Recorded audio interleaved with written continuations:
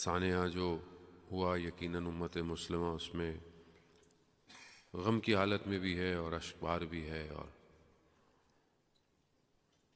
عزیزان محترم، ہمیں ان حالات کو دیکھتے ہوئے سمجھنا چاہیے کہ حق اور باطل جو ہے وہ آج سے نہیں ہے، بہت پہلے سے ہے۔ اگر انسان حق کے بلاک کو سمجھنا چاہتا ہے تو اسے انسان کی خلقت سے چیزوں کو دیکھنا پڑے گا۔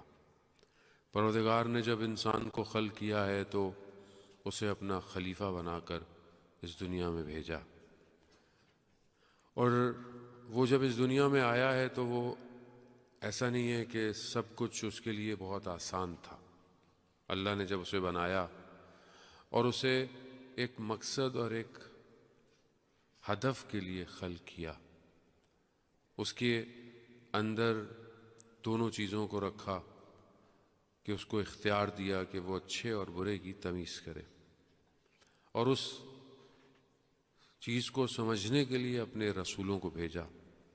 ایسا نہیں تھا کہ اللہ کے پروفٹ، رسول، میسنجر آئے اور بہت آرام سے انہوں نے اللہ کے پیغام کو پہنچایا، ایسا نہیں تھا۔ رکاوٹ تھی، بیریئرز تھے، ہرڈلز تھیں، اور اسی وجہ سے جن لوگوں نے ان کے پیغام کو ایکسیپٹ کیا، اللہ نے ان کے درجات کو بڑھا دیا۔ اور دوسری طرف ہمیں یہ بھی سمجھنا چاہیے کہ ایک اللہ نے ہدایت کا نظام، اور دوسرا سسٹم کہ جو خود وہ بھی اوپر سے آیا، لیکن اس کو سمجھنا بہت ضروری ہے۔ ابلیس، شیطان، اس کو سمجھنا بہت ضروری ہے۔ اگر آپ اس کو نہیں سمجھیں گے تو آپ کبھی بھی مقصد تک نہیں پہنچ سکتے۔ اگر صرف نماز، روزہ، حج، زکوٰۃ پڑھنا ہوتا اور وہ پڑھ کر انسان ثواب پہ چلا جاتا تو یہ کوئی کمال نہیں تھا۔ آپ نماز پڑھتے رہیں، دنیا کچھ بھی کرے، ایسا نہیں تھا۔ اور ہر وہ چیز جو آپ کی نماز کو رکاوٹ بن سکتی، ہر وہ چیز جو آپ کی عبادت کو خراب کر سکتی، ہر وہ چیز جو آپ کو حلال سے دور کر سکتی ہے، اس کو بھی روکنا ضروری ہے۔ انسان جو ہے وہ صاف پانی ایک گلاس میں ڈالے لیکن وہ گلاس ہی نجس ہو تو آپ کا پانی اس گلاس میں جا کے نجس ہو جاتا ہے۔ تو معاشرہ اگر خراب ہے تو صرف اچھائی اس کے اندر پیدا ہونے سے معاشرہ اچھا نہیں ہوتا، برائی کو بھی اس معاشرے سے دور کرنا ضروری ہے۔ شیطان بھی ایسے ہی ہے۔ شیطان نے کئی ہزار سال اللہ کی عبادت کی اور ہر جگہ عبادت کی، اور اسے یہ تھا کہ اللہ کے پاس کوئی ڈیزگنیشن ہے، کوئی پوسٹ جو اللہ اپنے خاص بندوں کو دینا چاہتا ہے۔ اس نے بہت عبادت کی، سجدے کیے، کوئی جگہ اس نے نہیں چھوڑی عبادت کی۔ نہج البلاغہ میں مولا متقیان ہے فرماتے ہیں کہ 6000 سال اس نے عبادت کی، اور چپے چپے پہ عبادت، ہر جگہ اس نے عبادت کی تاکہ وہ بہرحال وہ کچھ حاصل کر سکے۔ لیکن جب اللہ سبحانہ وتعالیٰ نے حضرت آدم کو خلق کیا اور ایک مٹی کے ذریعے سے خلق کیا تو اس مٹی میں اپنی روح کو پھونکا اور اس کو ایک مخلوق بنایا، اور پھر سب ملائکوں کو کہا کہ اسے سجدہ کرو۔ سب نے سجدہ کیا مگر سوائے ابلیس کے، شیطان نے سجدہ نہیں کیا۔ بس اس نے یہ سوچا، اس نے کہا کہ میں اس کو سجدہ کیوں کروں، میں تو آگ سے بنا ہوں، فائر سے بنا ہوں، یہ خاک سے بنا ہے۔ بس اس کا یہ تکبر، کبر اس کو برباد کر گیا۔ وہ یہ نہیں سمجھا کہ یہ معاملہ خاک کا نہیں ہے، معاملہ خدا کے امر کا ہے۔ خدا حکم دے رہا ہے، خدا کہہ رہا ہے سجدہ کرو۔ جب خدا یہ کہہ رہا ہے سجدہ کرو تو پھر یہ نہیں کہ یہ کیا ہے، بس پھر سجدہ کرنا ہے۔ لیکن اس نے اپنے آپ کو، اسی لیے ساری مصیبت، برائیوں کی جو جڑ ہے وہ کبر ہے، تکبر ہے، پراؤڈ ہونا۔ انسان اپنے آپ کو کچھ سمجھنے لگ جائے وہ ختم ہو جاتا ہے پھر سے۔ پھر اس کو کوئی اور نظر نہیں آتا. خوب یہی کیا اس نے اپنے آپ کو کچھ سمجھا. خدا نے کہا کہ میں تمہیں نکالتا ہوں، لیکن اس نے کہا کہ بس مجھے اللہ اجازت دے دے کہ میں تیری مخلوق کو اغوا کر سکوں. اللہ نے کہا کہ جب تک ایک ٹائم ہے اس ٹائم تک تمہیں اجازت ہے، لیکن سوائے میرے صالحین بندوں کے، جو میرے صالحین بندے ہیں ان کو تم نہیں کر سکتے. بہرحال اب یہ دو چیزیں سٹارٹ ہو گئی، شیطان اور حضرت آدم. اب شیطان نے کام کیا، حضرت آدم کو نیچے بلا لیا. یہ ساری باتیں آپ جانتے ہیں، قرآن کی واقعات ہیں، سب سنتے رہتے. اور پھر سے ایک معاملہ سٹارٹ ہو گیا، اور یہ سٹارٹ ہوتا رہا آہستہ آہستہ. شیطان نے حضرت آدم کے ایک بیٹے کو جو ہے وہ وسوسہ کیا کہ اللہ نے تمہاری قربانی قبول نہیں کی، تمہارے بھائی کی قربانی قبول کی.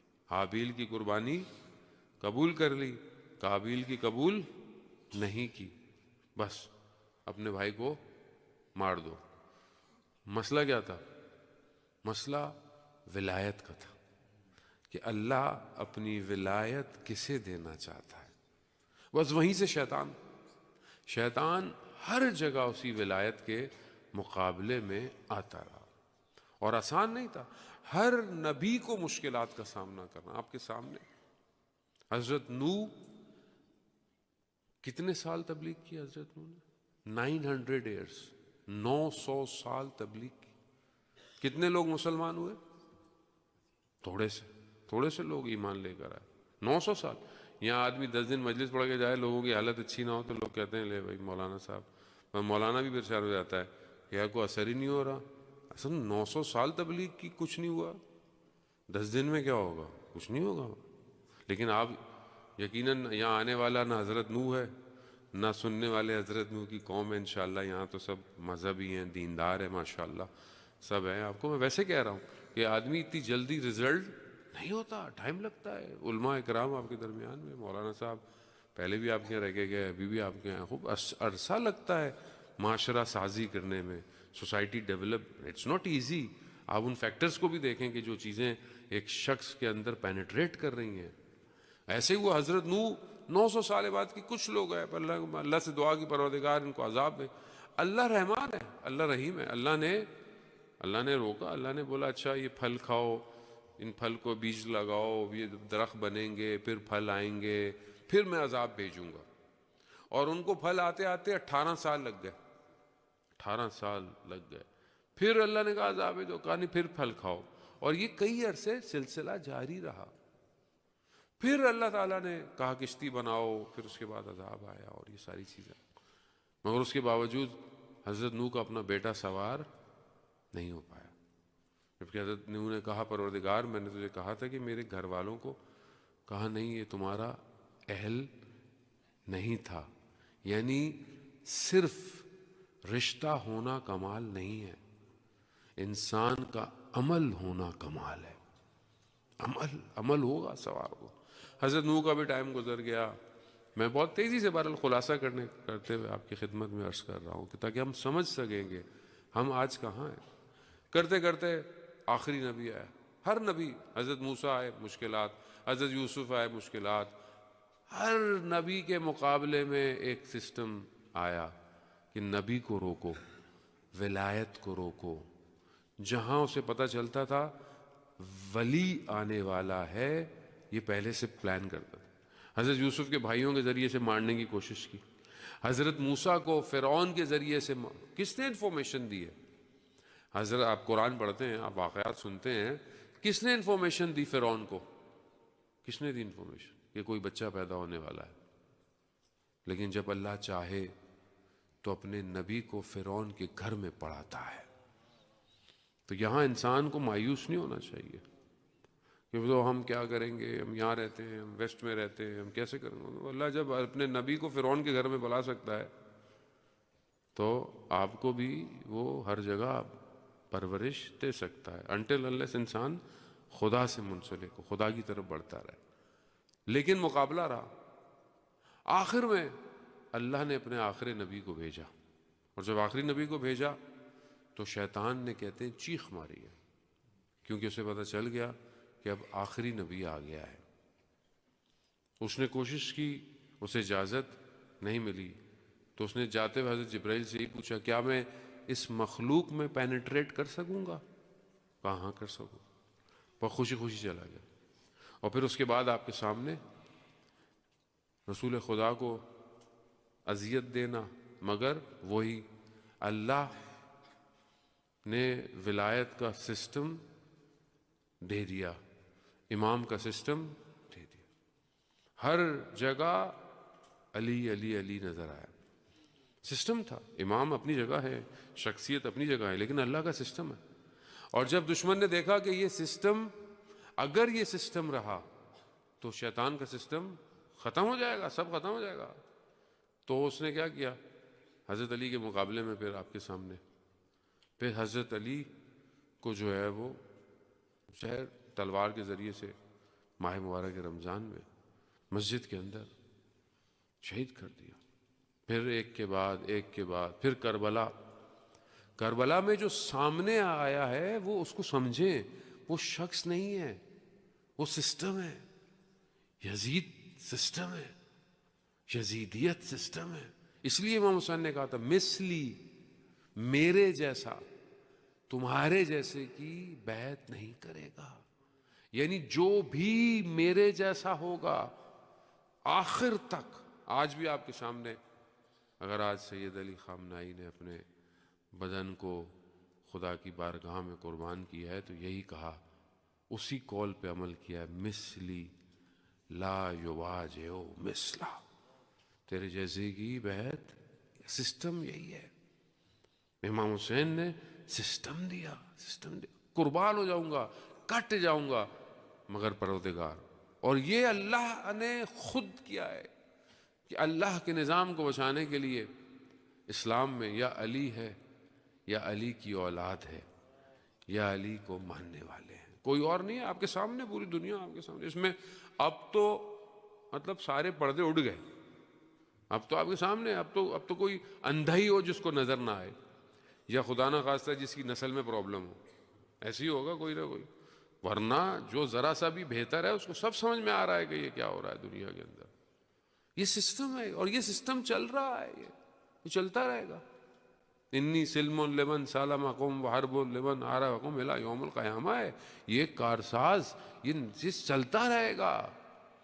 یہ جب تک وہ آخری جو غیبت کے پردے میں ہے وہ نہیں آئے گا، جب تک یہ چلتا رہے. ہم نے دیکھنا ہے کہ ہم کس کیمپ میں ہیں. ہم امام حسین کی طرف ہیں یا امام حسین کے دشمن کی طرف. ہمیں یہ ڈیسائیڈ، ہمارے پاس یہ کہ اور کچھ نہیں ہے، یہی اپرچونٹی. تو ہم یہاں اپنے آپ کو دیکھیں ذہن محترم، یہ ہے کربلا. اسی لیے کربلا ائمہ علیہ الصلوۃ والسلام نے اپنی زندگیوں میں امام حسین کی عزاداری کو قائم کیا، ان ساری مجالس کو. کیوں؟ تاکہ یہ پیغام جنریشن بائی جنریشن کنورٹ ہوتا رہے. حقیقی پیغام، حقیقی امام حسین کا میسج جائے. صرف امام حسین کو مظلوم پیش کرنا، گریہ کرنا، ثواب کرنا، یہ ریکوائرڈ نہیں. اچھی بات ہے، جذبات امپورٹنٹ ہیں، سب ضروری ہے، مگر اصل چیز امام حسین کی فلسفی ہے. کہ امام حسین کیوں آئے تھے امام حسین، اور وہ کون تھا جو سامنے کھڑا ہوا تھا. وہ پورا سسٹم تھا. ایک حسین تھا اور سامنے سارے مسلمان تھے. ایک حسین تھا. وہ یہی دکھاتا ہے کہ تنہا بھی ہو تم مگر حق پہ ہو تو تمہاری ہی فتح ہونی ہے. اس وقت زمانے میں دشمن سمجھتا تھا کہ سب ختم ہو گیا، سب ختم کر دیا، لیکن کچھ بھی ختم نہیں ہوا. حسین کل بھی زندہ تھا، حسین آج بھی زندہ ہے، اور حسین کل بھی زندہ رہے گا. جس کو زندگی چاہیے اسے حسین کے در پہ آنا پڑے گا. جو حسین کے در پہ نہیں آیا وہ مردہ ہے. رضوان محترم، یہ حسین والے ہیں، انہیں کوئی خوف نہیں ہے.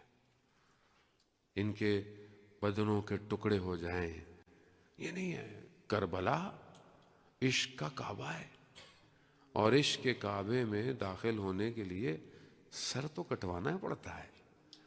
شرط یہ، جب آپ سید و سردار کے سر نہ رہا تو پھر ہمارے سروں کی کیا قیمت ہے اس عالم میں. بہرحال انسان ان حالات کو بہتر سمجھنے کے لیے، کیونکہ ایک اضطراب پایا جاتا ہے، ایک بے چینی ہے، اور نیچرل ہے. بہرحال حالات ایسے ہیں دنیا کے، اور ایک اٹیچمنٹ، ایک وابستگی، ایک روحانی شخصیت، ایک ایسی شخصیت کہ واقعاً جس کی مسکراہٹ، جس کی گفتگو انسان کے وجود کو طاقت دیتی.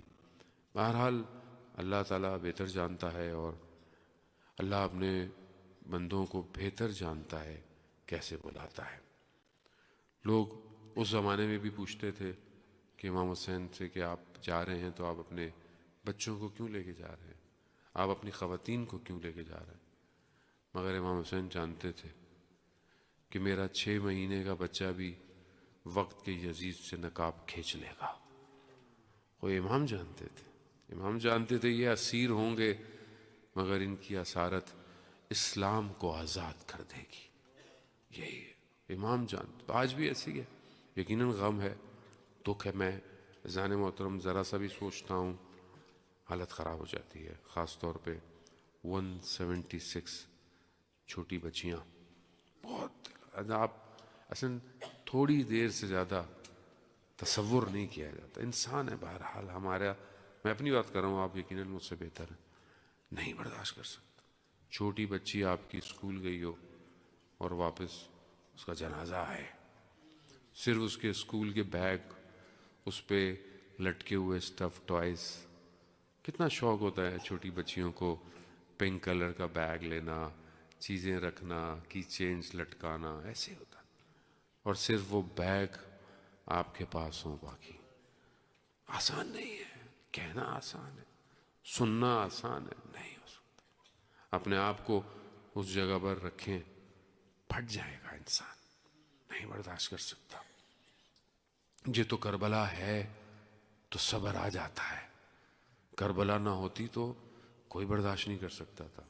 کربلا ہے تو کہتا ہے کہ انسان خوش قسمت ہے، اس راستے پر بدن بکھر گیا، خوش قسمتی ہے. کربلا نہیں ہوتی تو کوئی آسرا نہیں تھا ہمارے پاس. اور وہ ایک جو پردہ غیبت میں جس کی انسان انتظار کر رہا ہے، یہی ہے، یہی طاقت ہے. یہاں بدن ختم نہیں ہوتے، وہی فرق ہے. جنگ آئیڈیالوجیکل وار ہے، یہاں مر نہیں رہا، یہاں امورٹل ہو رہا ہے. یہاں انسان فنا نہیں ہو رہا بلکہ ہم فیہا خالدون ہو رہا ہے. یعنی مرنے والا تو ویسے ہی پرواز کر رہا ہے، زندہ ہو رہا ہے وہ تو، لیکن کیونکہ ظاہر ہے پیچھے جو رہ گئے ہیں ان کے ایمان اتنے طاقتور نہیں ہوتے، میں اپنی بات کر رہا ہوں، تو انسان گھبراتا ہے. ذہن محترم بہرحال کچھ چیزیں آج رکھتے ہوئے، وقت تو خیر محدود ہے آپ کی خدمت میں، کہ انسان ہے بہرحال افسردگی، ڈپریشن، بے چینی، اسٹریس، دنیا کے حالات، ایوری تھنگ کم ہوتی ہے. اس میں بہرحال علماء بیان کرتے ہیں کہ کچھ چیزیں ہیں کہ انسان وہ ان حالات میں کرے. پہلی چیز ہے خدا کو یاد کرے. قرآن میں پروردگار سورہ طٰہٰ کی آیت نمبر 124 میں ارشاد فرماتا ہے وَمَنْ أَعْرَضَ عَنْ ذِكْرِي فَإِنَّ لَهُ مَعِيشَةً وَضَنْكًا. جو شخص اللہ کی یاد سے اپنے آپ کو دور کر دیتا ہے تو اس کی زندگی آٹومیٹکلی تنگ ہو جاتی ہے. اگر انسان دیکھے کہ وہ مشکل میں ہے، پریشانی میں ہے، تو کہیں اس نے اللہ کو یاد کرنا تو نہیں چھوڑ دیا. قرآن اسٹریٹ کہہ رہا ہے اگر تمہیں پریشانی ہے، لیکن واقعاً جو واقعاً قرآن پہ عمل کرتا وہ پریشان نہیں ہوتا. مطلب ان حالات میں قرآن کی جب انسان آیات کو دیکھتا ہے تو واقعاً قرآن کی آیت انسان کو پاور دیتی. تو بہرحال انسان کیا کر سکتا ہے ان حالات میں کہ انسان اگر اپنے آپ کو اللہ کے ذکر سے دور کر دے گا تو زندگی اس کے لیے سخت ہو جائے گی اور وہ روز قیامت نابینا اٹھایا جائے گا. تو انسان اگر پریشان ہے تو دیکھے کہیں اس نے اللہ کے ذکر کو تو ختم نہیں کر گیا. اس کے اپوزٹ یہی ہے، الا بذکر اللہ تطمئن القلوب، آگاہ ہو جاؤ، اللہ کا ذکر اطمینان دیتا ہے۔ دوسری چیز یقین اور رضا، یقین ہونا انسان کو اور راضی ہونا، یہ دو چیزیں ہیں۔ امام جعفر صادق علیہ السلام ارشاد فرماتے ہیں، درود بھیج دیں محمد وآل محمد،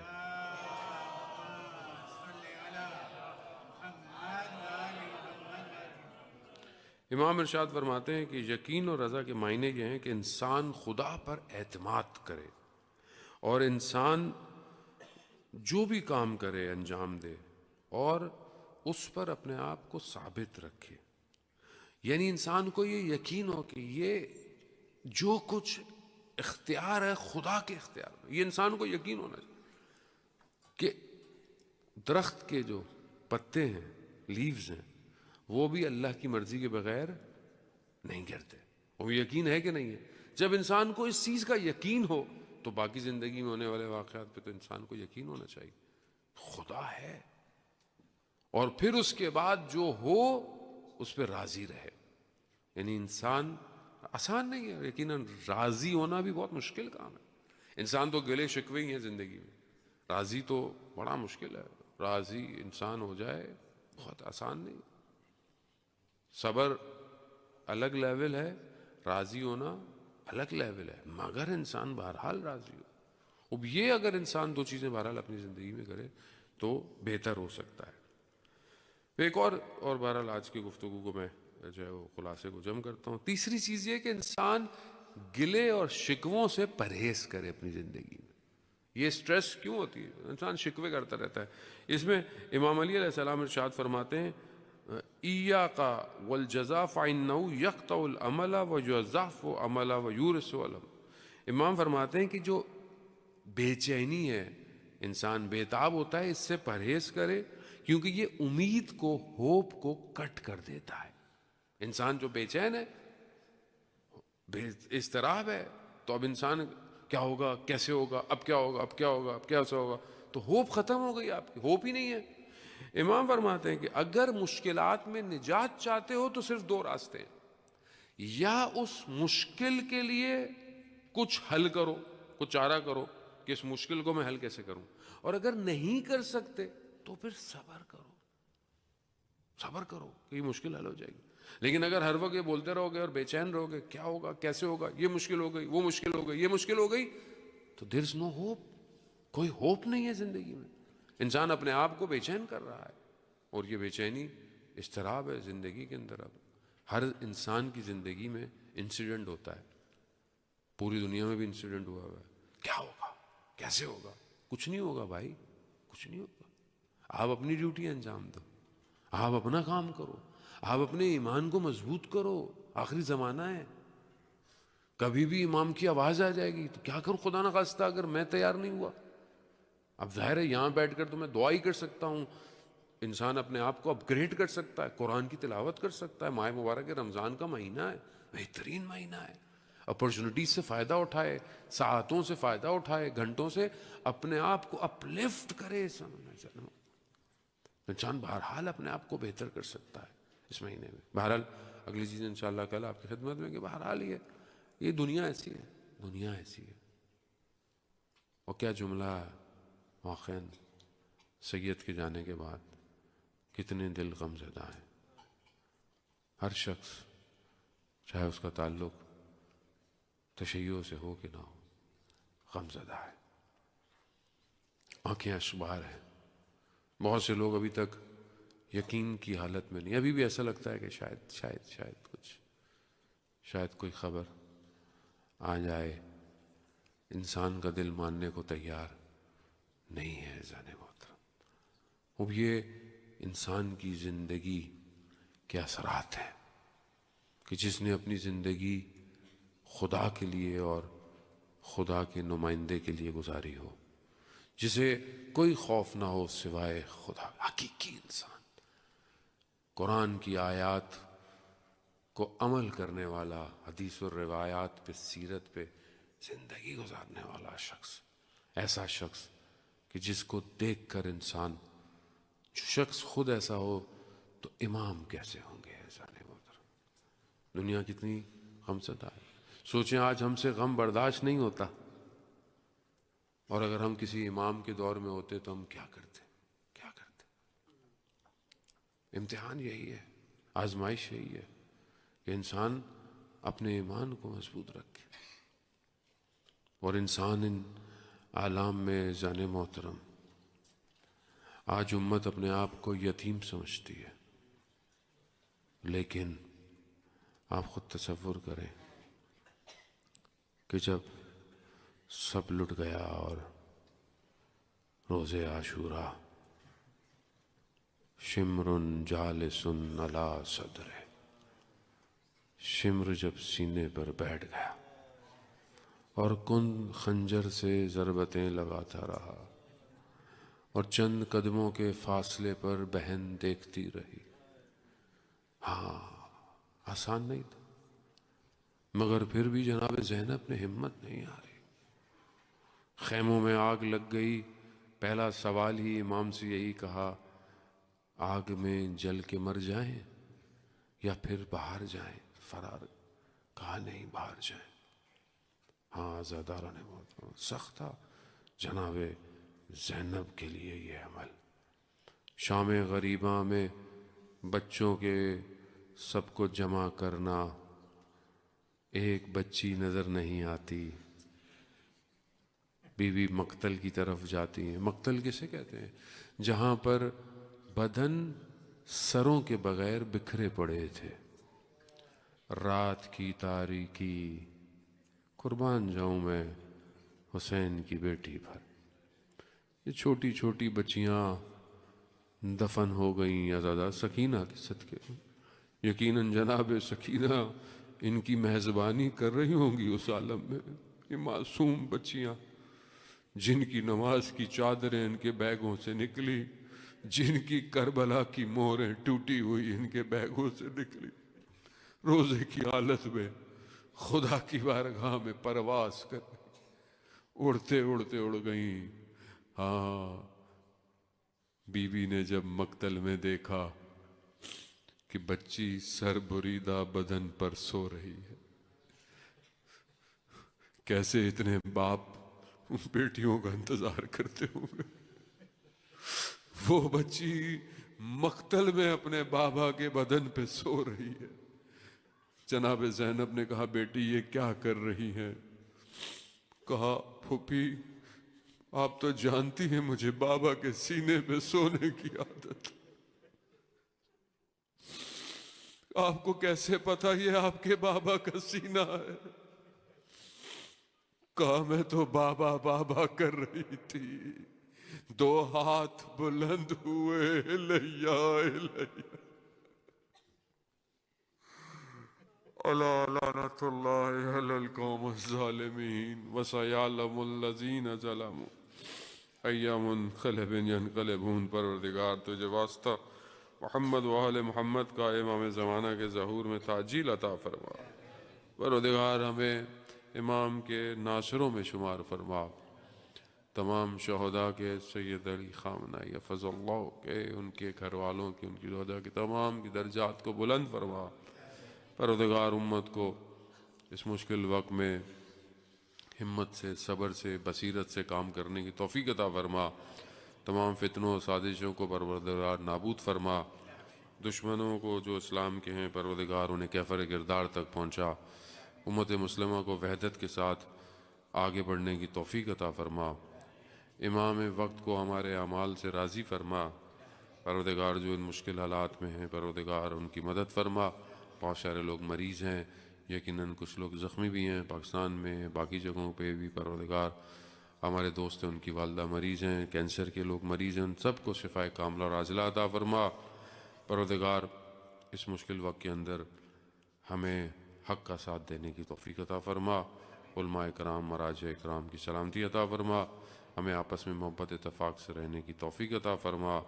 ہمیں اپنے وقت کے امام کے لیے آگے بڑھنے کی توفیق عطا فرما.